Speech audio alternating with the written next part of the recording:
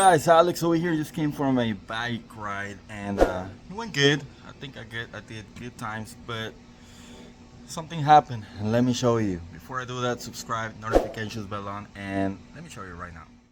Well, I took the Himalo build that I still haven't reviewed. By the way, is very good.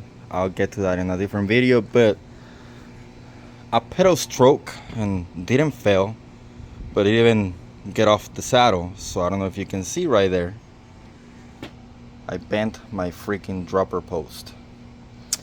So yep, that's that. Now it's sticking.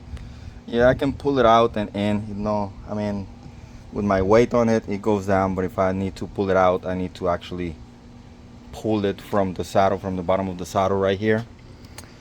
And I don't know if I have any spare ones that I can replace it with, but just at least I didn't crash, nothing happened to me.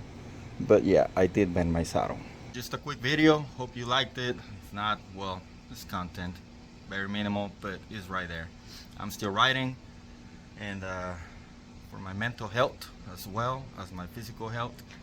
And yep, I bent my saddle. That's it for this one, guys, and let's ride.